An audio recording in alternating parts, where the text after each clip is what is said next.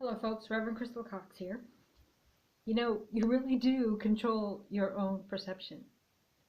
Even if you're locked in the tiniest of cells, even if you put yourself in an imagined cell, what you think about something is the way it really is to you. Okay? Now, it is really hard to master the subject of being able to change your reality by your own thoughts.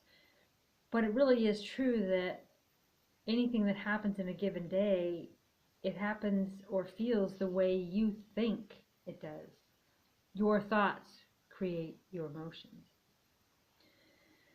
So it can be very frustrating, knowing this for decades and still not necessarily creating the reality that you think you want to be living. It used to be a lot denser than it is now. Our thoughts and our creations manifest more quickly now. However, now more than ever, we have to be very clear on what it is that we want to manifest. Okay, we can't be general and we can't leave any loose ends per se. When we're trying to manifest something or visualizing it, it helps to allow yourself to feel the emotion of already having it. So you imagine that it's already there, creating the energy for it to be there, and then the emotion is like the magic dust, the fairy dust, or the gas that makes the flame, actually happen or make the car go. And so it's so hard because when you're trying to imagine the reality you want, the way things are keeps coming at you, the bills, the different things that keep happening to you. And so what do, right? Because you don't want to let that negativity in, but you have to deal with things that are happening in this world while you're creating the other world. So just think of them, like when you're paying this bill of like, okay, this is paid, and try to be grateful and in that energy, and then go back into the state of imagining how you want it to be. It's very frustrating also to imagine the life that you want when you don't know exactly what you want. You might want to feel good, feel healthy, have love, have whatever, but you don't imagine all aspects of it.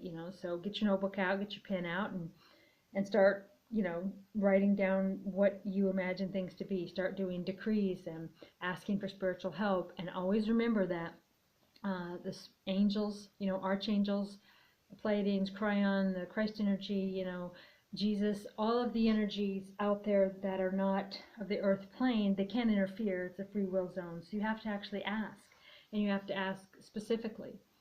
And so studying that stuff, and I always ask under the divine power of light, and always let it be known that I don't work with any sort of dark entities in any way whatsoever. So even if you've done it for decades and it hasn't seemed to work, keep doing it, because we're removing old stuff now, and get healing and remove the negativity from your life and your body that may have been stored there for lifetime after lifetime after lifetime. Okay, these kinds of things block us from being able to manifest right now. And so it doesn't mean necessarily that all of the manifesting that you've been doing hasn't necessarily been working. It just means that there's been things that have blocked you from creating the life that you want.